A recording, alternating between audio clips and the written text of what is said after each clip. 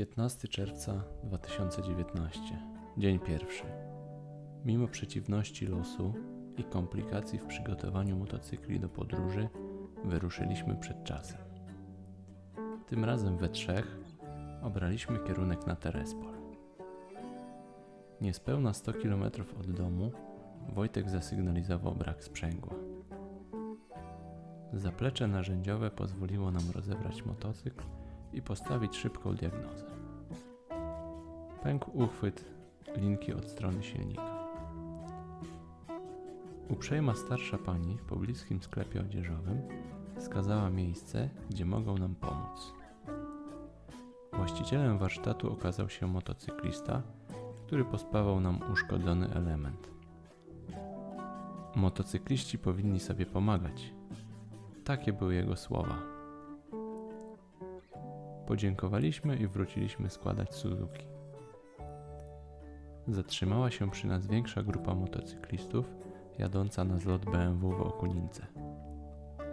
Pełni podziwu naszego zaplecza stwierdzili, że skrzynka z narzędziami pozwala niejednokrotnie kontynuować jazdę. Asystans to nie wszystko. Ze sprzęgłem pracującym jak w dniu zakupu przez pierwszego właściciela pojechaliśmy dalej. Omijając konwój niemieckich kamperów, ustawiliśmy się tuż przed szlabanem w zacienionym miejscu, chroniącym przed żarem lejącym się z nieba. Podczas kontroli polscy pogranicznicy podzielili się wiedzą na temat sposobów sprawdzania pojazdów, tabliczek znamionowych oraz ciekawych sytuacji ze swojej pracy. Stojąc w kolejce na moście nad Bugiem do białoruskiej odprawy, marzyliśmy, by wskoczyć do rzeki płynącej pod nami. Poszło jednak sprawniej niż się spodziewaliśmy. Po 2,5 godziny kleiliśmy kolejne flagi na kufry.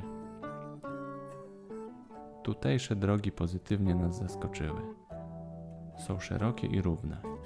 Ruch jest symboliczny, brakuje tu tylko zakrętów.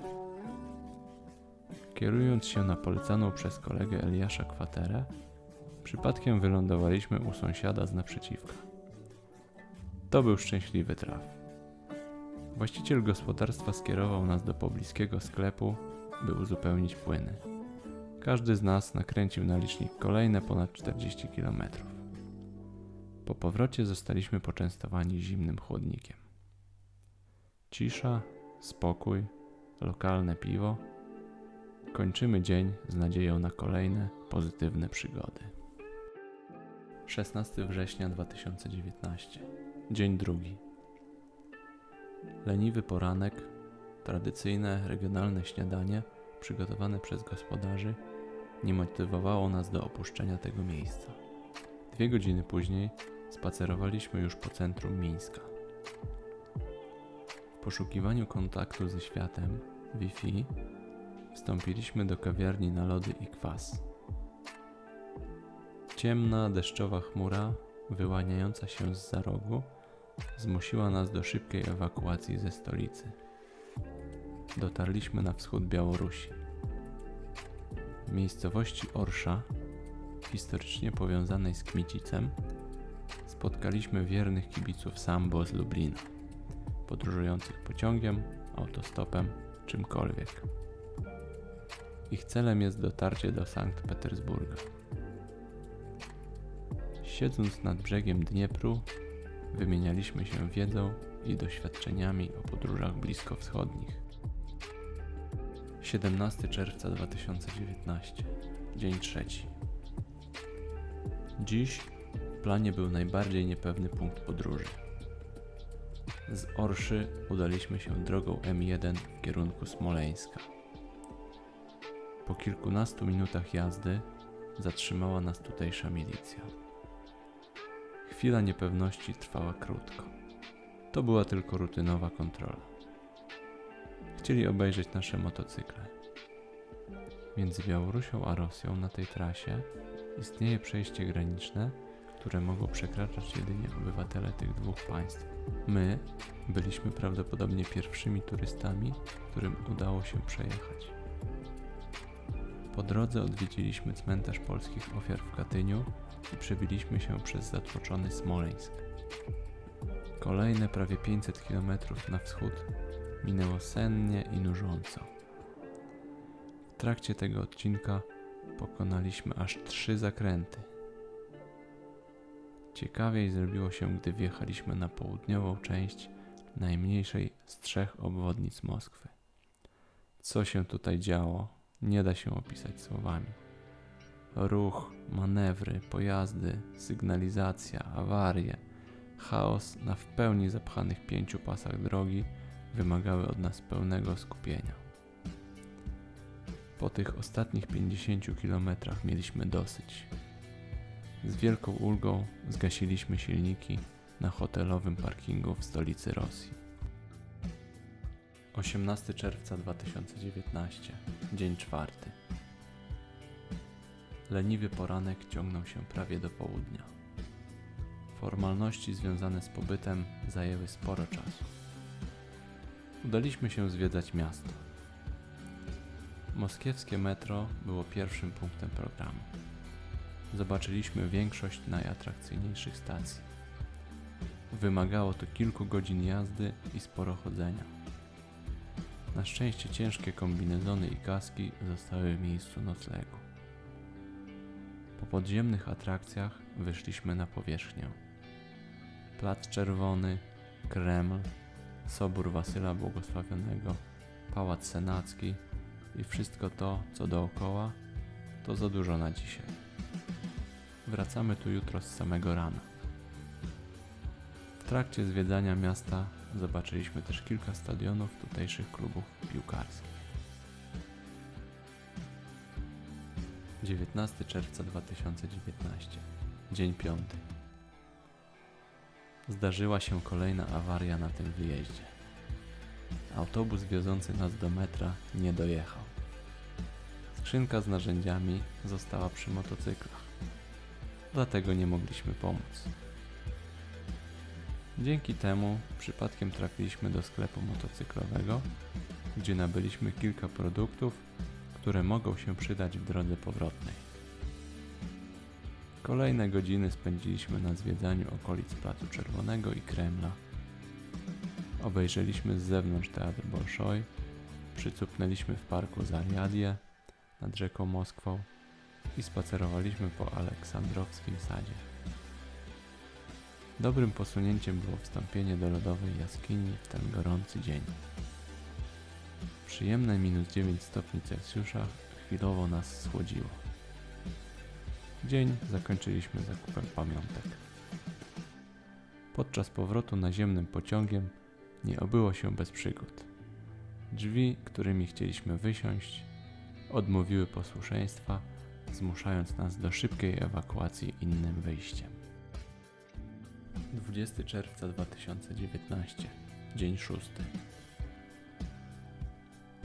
Opuszczamy Moskwę w porannych korkach, znacząc barierkę i zostawiając trochę plastiku na skrzyżowaniu.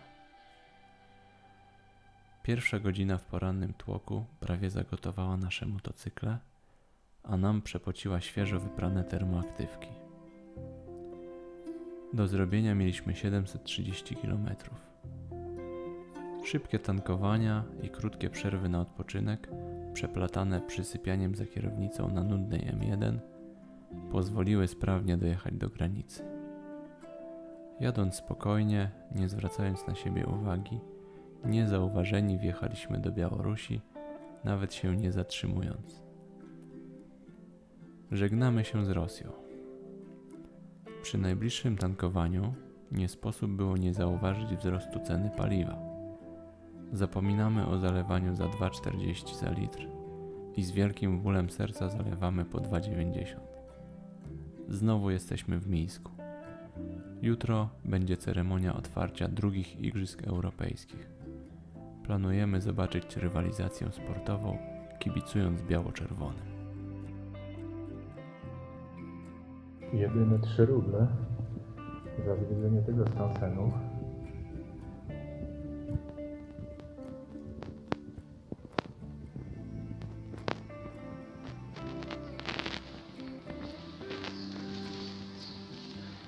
Mają nawet saunę.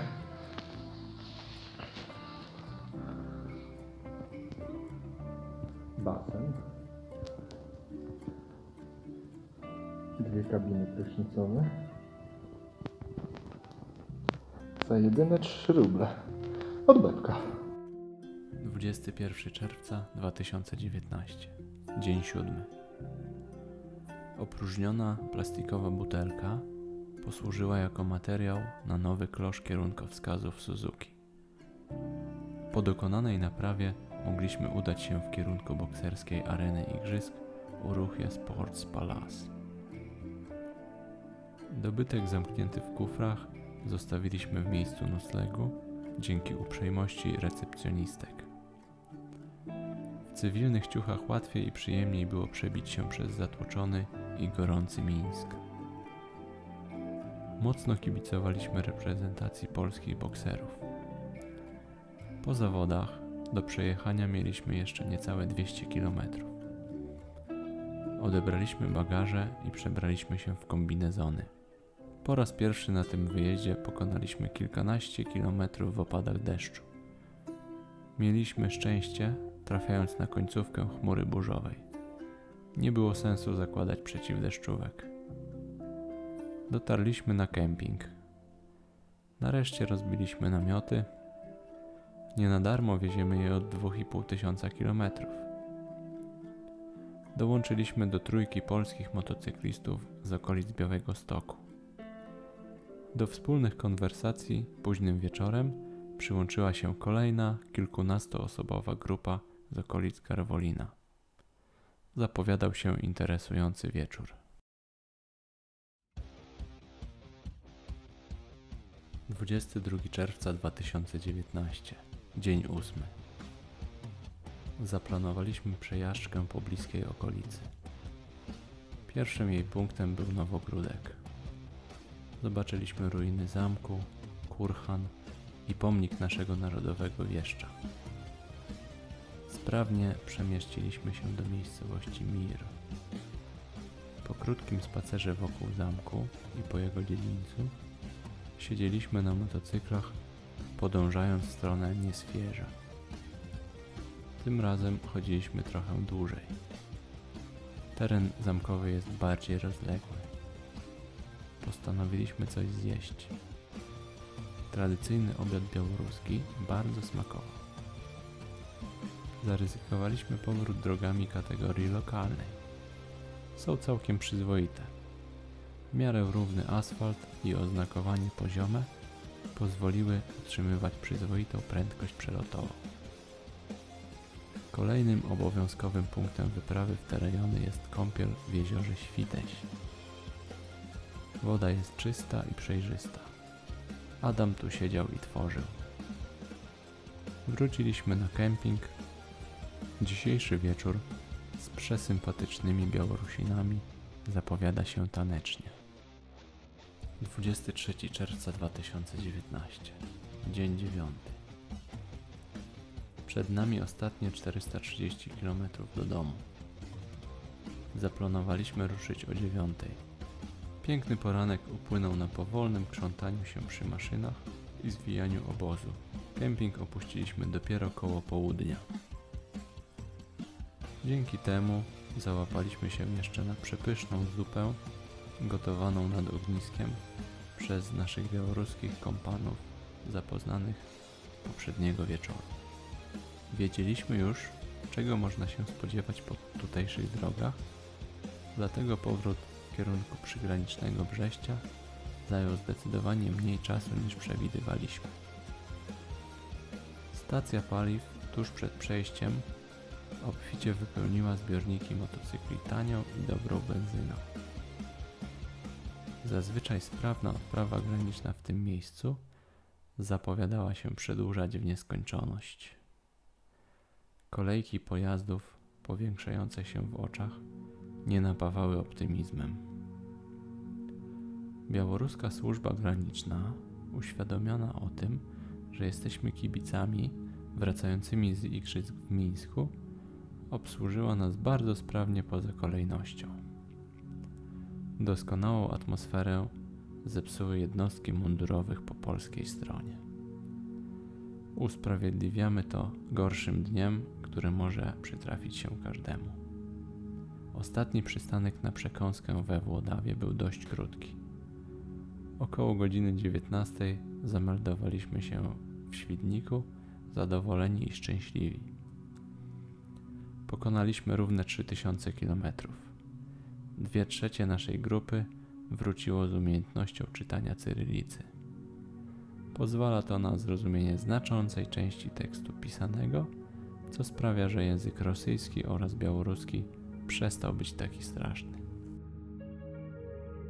Formalności. Początkowo w planie mieliśmy zwiedzić Białoruś. Rozpoczęliśmy proces załatwiania wiz do tego kraju od skompletowania potrzebnych dokumentów. Przy rozmowach o wyjeździe jeden ze znajomych wspomniał o mających odbyć się w Mińsku Igrzyskach Europejskich. Znaleźliśmy informację na stronie ambasady białoruskiej, że kibice, posiadacze biletów na którąkolwiek z dyscyplin lub ceremonię otwarcia albo zamknięcia imprezy mają prawo do wjazdu na teren Białorusi bez wizy w okresie 10 czerwca-10 lipca 2019. Oczywiście kupiliśmy najtańszy bilet, jaki znaleźliśmy. Wejściówka na sambo kosztowała nas po 13 zł. Dzięki temu porzuciliśmy procedurę wyrabiania wizy. W normalnej sytuacji trzeba wypełnić kilka niełatwych dokumentów, posiadać zaproszenie, zapłacić 100 zł i najlepiej złożyć powyższe w jednym z konsulatów. Po jakimś czasie znaleźliśmy informację, że na podstawie dekretu między Białorusią i Rosją możemy wjechać na tych samych zasadach do największego europejskiego kraju.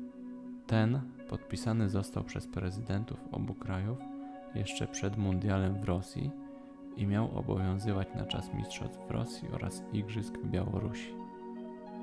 Lekko zszokowani stwierdziliśmy, że taka okazja szybko się nie powtórzy. Zmieniliśmy plany i dołączyliśmy Moskwę jako kolejny punkt wyjazdu.